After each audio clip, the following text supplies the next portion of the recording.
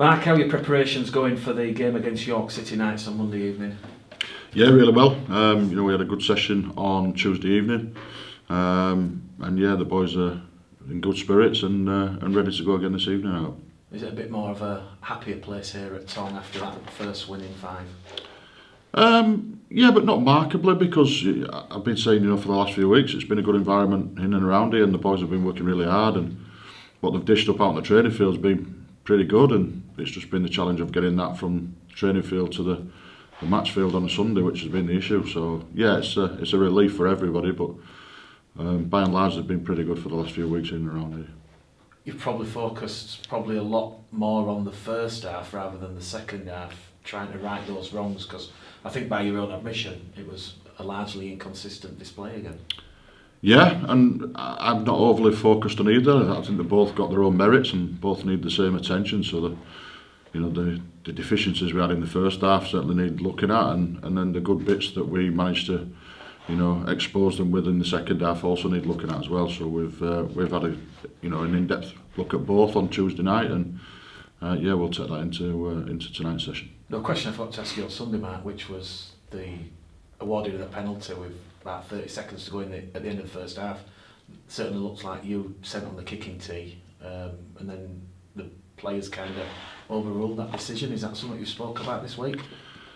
No, I encourage the players to express themselves. So if they're pretty confident and they see something, then I'll go with it. I'd much rather them come up with the points if they're going to do it. But to start managing their thought process from the sidelines a little bit tough. So I would have took the 2, and I would have been happy to go in, with the 2 points in the situation we was in. We certainly wasn't happy to go in at that score level, but so be it. The lads saw something, thought they could expose Workington with it, and it didn't work. But I'll never chastise people for expressing themselves. And on the back of that second half performance, where the side certainly did appear a lot more comfortable with the pressure off and expressing themselves, is that something you're going to look to encourage moving forward? Something I've always encouraged as a coach. It's got to be built on foundations, or it can't be built on 40% completions like the first half was. So when you work hard to build a foundation, then it gives you that to be able to express yourselves, and express yourselves in different ways as well. So we've got to build the foundations first. There's got to be a solid base, and then they'll always be encouraged to play what they see and express themselves. There was a bit of a half-back crisis before the events of Tuesday night. What's the latest on Jordan Lilly and Billy Jowett? We know they're both out for the remainder of the year, but just how serious are the injuries to both? Yeah, so Billy Jowett dislocated his shoulder against Huddersfield in the reserves at home. The reason Billy's been out so long is the medical staff took the opinion that we'd be able to get him through without an operation. So they've worked really hard, and Billy's worked extremely hard on his rehabilitation, and he's got to a point now where he's hit a block a couple of weeks ago, and we had him rescanned, and they've said, look, we're going to have to go in now and fix it with an operation, which is less than the operation would have been right at the start, but it's it's an operation nevertheless. So Billy's done for the year, and Jordan Lilly's got a rupture of an ankle ligament as well, which is going to require surgery. So we won't see Jordan in 2022 again. And on Tuesday night, the RFL slapped Deck Pattern with a 7-match ban for eye gouging. Your thoughts on that, and how you're going to try and overcome this obviously half-back crisis at the club? Actions have consequences, don't they? I haven't got any opinions on it. I think, when you put your fingers near people's eyes, it's a dangerous game, and I'm certainly not going to condone it. Deck's given me an explanation as to what his intentions were, and I'll keep that between me and him, and I'll keep the resulting conversations between me and him and the club. So, consequences to actions that are undefendable, really. So we've got to get on with it. It's put a bit of pressure on the group, and it's put a bit of pressure on some of the young blokes within the group as well. But there's no point crying over it. It's done. We've got to move forward positively. Has Deck apologised to yourself and the players? I'll keep what's been said between us, if that's all right, Mick. I'm not one for discussing what's gone on, in private issues. It'll stay in house, and we'll deal with it in house. Obviously, Deck's now going to play no more part this year, that does leave you with a situation where obviously, yes, Miles Lawford played 80 minutes on Sunday against Workington Town, but as you have quite rightly said, with George Flanagan Jr., you want to manage those young 18-year-old players playing at championship level. You know, what does Mark Dunning do now? Because there's still 5 games to go this season against tough opposition: York, Halifax, Batley, Widnes, Whitehaven, Odsal won't be easy. Well, I've just done a tip up actually. There's a young Mick Leddell who used to play halfback apparently, so I'm going to give him a call after this chat. But no, joking apart, there's what we've got in the building. There's myself and Brian Noble and Jason Hurst and Nigel Wood looking to see what, if anything's out there to be able to to bring in. But first and foremost, we've got what we've got in the building. So we've got some young hungry blokes who chomping at the bit, and whether they're just right yet is something we'll have to decide. And if we have to have a makeshift combination, we have to have a makeshift combination. But it's never ideal when you've got an 18-year-old already in there and a 19-20-year-old fullback that's pretty inexperienced as well. But they're the cards we've been dealt. We're happy to have a dig. You've just mentioned that you're looking. Have you cast your net out to see what's out there and what's available? Yes. Fair enough. In terms of, obviously, team news then for this week, Mark, any players potentially back off the injury? Yeah, we're delighted to see Brad England's back after he had tonsillitis last week and was particularly ill, so he was on antibiotics most of the week. So Brad will come back into contention. Delighted to see Eben Skur make a return to training as well. So, Eben, again, just prior in the last run through before the London game, somebody fell on him within the training session, and he had a particular sore Achilles and ankle. So again, we've had to nurture Eben through, but a fit and healthy Eben Skur is a real bonus to anybody. So it'd be good to see Eben Skur back.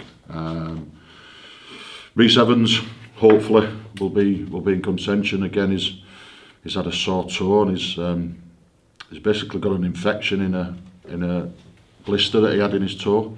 We believe from the Barra game, and if you'd have seen his toe last week, it was purple and 3 times the size of a big toe should be. So he was nowhere near. But yeah, Rhys should come back into contention as well. So we're starting to look a little bit healthier, albeit with a big hole in certain areas.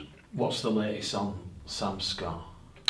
Yeah, Sam Scott's unlikely for the rest of the year. So just to put that into context, Sam had a knee problem, and he required surgery with that.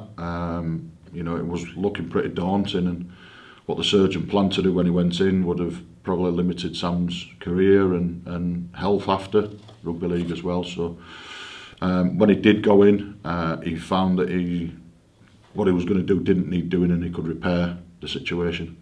However, that prolonged Sam's recovery period and has meant that he's been out for this long. So he's back training, which is really, really positive. Whether we'll see him on the field again is highly doubtful, but it's going to prolong Sam's career, and it's also going to prolong his quality of life after rugby league, which me and the club both value very highly. In terms of Sam Scott, Mark is one of the players that are out of contract. Would you like to see him here next year? I'll keep that between me, Sam, and his agent, if that's all right. He's one of a number of people out of contract, and it's one of a number of people up for discussion, and discussions have started with a number as well. Another player who seems to have just gone off the radar ever so slightly is Elliot Hall. What's the latest with Elliot? Yeah, Elliot Hall's had some personal problems, and again, I'm not going to discuss them. To the media. Is needed some time to himself and some time away with his family, and coinciding with that he's got a new job where he lives in Doncaster, which doesn't allow him to finish work 5:30 on an evening, and then there's a commute from Doncaster to Bradford, which has made it really, really difficult. So he's been out on loan with a couple of people, and he's going to remain on loan for the rest of the season, and then we're going to take a view of it at the end of the season as to where he's at, both mentally and with work as well, because he's just finished a degree which he's worked extremely hard to achieve, and the job that he's got is the job that he wanted based on his degree. So he's rightly got to prioritise that, because that's going to keep him in health and wealth for a number of years, and rugby league isn't. How do you approach, Mark, the final 5 games of the season? Obviously, it goes without saying, if you finish 7th, you're going to get X amount of central funding. If you finish 10th, you're going to get a lot less than 7th. Is that just the case, to finish as high as possible now with the playoffs out of reach? Yeah, absolutely. Yeah, and I want us to finish it with an energy, and I want us to put a dent on some of these games that we've got coming up. So, yeah, the whole message to the players that are leaving us, or the players that are staying, or those that want to stay, is let's finish this season with some energy and some endeavour, and finish as high as we certainly can. And in terms of obviously squad selection moving forward, Mark, it's no secret there's going to be wholesale change at the club with a number of players departing. Does that perhaps make you have a look at your Harry Greys, your Lewis Camdens, like you've already thrown in George Flanagan Jr., Miles Lawford? Do you look towards your Marcus Greens even? Do you look towards those younger players and think, you know what, I'm going to give you a little taste? Yeah, I think so when the time's right, Mick. The time's got to be right for the individual. And you mentioned the guy there, Marcus Green, who's very, very close. He's been in the squad a number of times now, and he's been putting his best foot forward within training. He's been out and had a couple of games on Joe Reg with Cornwall, and even a couple out on loan at Midlands as well. So yeah, Marcus is right up there. He knows what he needs to do to make that final step. And that's about how he conducts himself and looks after himself away from here as well as here. But all the players you mentioned there are they're good blokes, and they're our blokes from juniors. So we take great pride in that, and it's something that we'll have a look at as and when we can. But we've also got a duty of care. They're playing against experienced senior players here, and to throw a whole heap of them out at once probably wouldn't be the right thing to do. Do you look at the fixture list knowing you've got big games, York, Batley, Halifax, Widnes, potentially that you could actually harm their playoff chances? Is that a motivational factor? No, not really. No. I just look at the next few fixtures and go, right, next one up is York away. What can we do to be the best Bradford Bulls? Because I keep saying this, Mick, any fixture that we participate in, whether it be under 16s right through to first team, is microscopes times 10 to anybody else, because of where the club's been and where we all think the club deserves to be once we've earned the right to be there. So there's a lot of people looking from the outside, and you don't get away with having an off day at this club. So everything's magnetised and everything's vitally important as well. You've just mentioned about not having an off day, Mark. It's no secret you're still operating without an assistant, and it's just solely you and Lee Beattie at the helm at this moment in time. A lot of hours, as we've discussed previously. What's the latest on a potential search or recruitment for an assistant to assist and help? Yeah, it's high up on my priority list. I'm speaking with 2 at the moment in time, but as per the time of year, they're in jobs at this moment in time, and the thing I like about both gentlemen is they're absolutely 100% committed to the job they've got to do till the end of the year, and I think we're going to have to be patient. Mainly vying for the settee here at Tong to see who sleeps there first, and it is what it is. We'll work as hard as we can for as long as we can, and then hopefully we'll get the help in across the board, because there's some gaps to fill within the staffing structure, but it's something we're well aware of and something we're working really hard to fill as well. I'm guessing, Mark, that might be oblivious to supporters who don't realise what is currently taking place here. Like you said, the weekend when we played Barrow, people are on coaches going down to London on the Saturday, you're then going to Barrow on the Sunday, you're then cutting clips, doing reviews Monday, Tuesday. A lot of people might say, well, that's the job and role of a head coach, but when you're doing it for the under-16s, the 19s, the reserves and the first team, it must be 50, 60 hours a week. Yeah, and then there's weekends. You're not going to get me complaining. It's my job. I love my job. the league's exactly the same. But you know, if you're asking a question, is it tiring at times? Yeah, of course it is. Yeah, you know, there's a lot to do. We've got some great volunteers as well at this club. You know, in coaching capacities, and they do a terrific job as well, particularly in the academy setup and the scholarship setup. So, you know, credit to them. They do a terrific job as well. And as I say, I'm well aware of the holes within the organisation and the footballing staff, and I'm working hard to fill them as well. And just finally, Mark, you said on Sunday about 3 players. I can't remember if you said they were internal retentions or external. What can you tell us?